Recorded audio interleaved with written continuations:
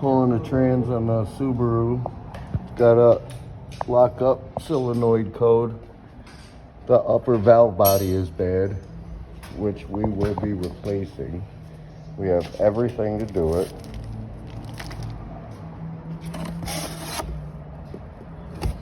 And then there is the valve body right there. That is the main valve body.